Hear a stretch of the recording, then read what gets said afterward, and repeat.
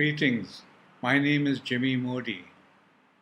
Today we're going to explore what is psychoanalysis. So what is psychoanalysis? Well, it all started with Sigmund Freud, who was born in 1856 and grew to become a well-known neurologist, neurophysician, what you might call a brain doctor. He was searching for ways to help people, his patients, deal with issues of neurosis, hysteria, and even trauma. People soldiers who are coming out of the war, suffering from trauma, he would try to cure them by subjecting them to hot and cold water baths. A kind of shock therapy, if you will. He was not really very happy with the progress of this. So he was searching for newer and newer ways, especially for neurosis and hysteria, which were commonplace in those days. So whilst he was working in the Salpêtre Hospital in Paris, under Dr. Charcot, he began practicing hypnosis, a kind of hypnotherapy, to help people overcome their neuroses and hysteria. Many cases were recorded, but he was never fully satisfied with the outcome of this process. And so he searched for newer and newer methods, processes that he could use. It was in this endeavor that he began developing a new therapy, a new type of therapy, which in 1896 he called psychoanalysis. One of the earliest patients of his called it the talking cure. Freud needed a way to access the unconscious mind, the subconscious mind of people, of his patients. And psychoanalysis finally proved to be the most effective way. The core of psychoanalysis is the belief that all people possess unconscious minds. All people possess unconscious thoughts, unconscious feelings, unconscious desires, urges, and memories.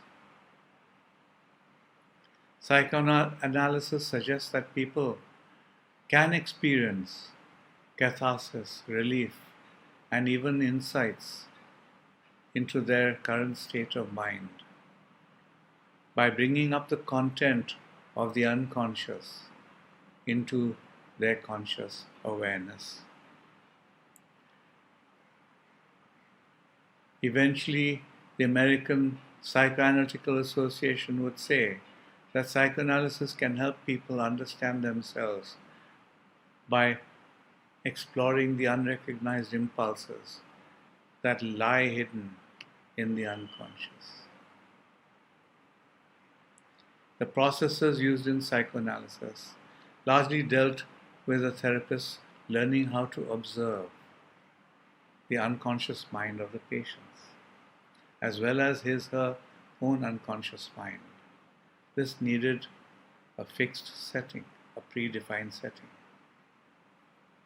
In my training in psychoanalysis, the greatest thing I got from psychoanalysis was learning how to observe. Was learning how to observe the patient, the client, and myself together, all at the same time, simultaneously. And this involved learning how to observe what psychoanalysts began to call transference and countertransference situation. What the client or patient is trying to put into you, expects you to perform a role that he wants you to be in his life. To be able to understand the patient's dreams and to be able to observe his emotions and to observe him deeply through those dreams. To learn how to observe a person's mind and his effect and the effect he is having on your mind is the greatest thing that you could learn to achieve for yourself, regardless of what you are doing in your life. Even if you're not in psychoanalysis, but learning to observe the mind is a very powerful skill to develop, regardless of whether you are a prime minister, managing director, engineer, policeman, whatever, gardener, whatever you're doing, housewife. It's one of the greatest things that you can learn to develop for yourself, is learning how to observe your mind and the other people's mind, the effect that they are having on your mind, all at the same time. And this observation was the initial training program of psychoanalysis that was developed by the Tavistock Institute in London and became famously known as the observation course of the Tavistock Institute. It's being done here by the local psychoanalysis body in Bombay. It put me way ahead of everybody in everything I was doing when I learned how to observe people in this way. It put me ahead of everybody whether I was doing psychoanalysis or cognitive behavior therapy, gestalt therapy, inner child work, anything. The greatest gift that psychoanalysis had to give me, and I think to humanity as a whole, was learning how to observe.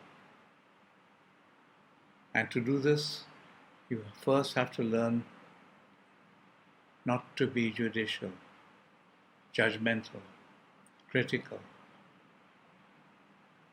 to be able to see a thing for what it is, to learn how to observe rather than assume, to learn how to observe instead of generalizing or labelizing.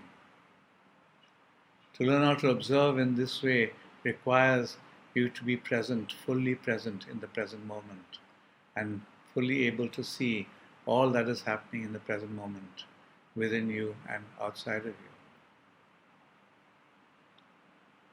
So I struggled for many years working on myself, on the project of trying to discriminate, differentiate between assumptions and generalizations and observations in my life, in myself. And I would recommend that for anybody, no matter what your career outcome is going to be. Thank you. Bye.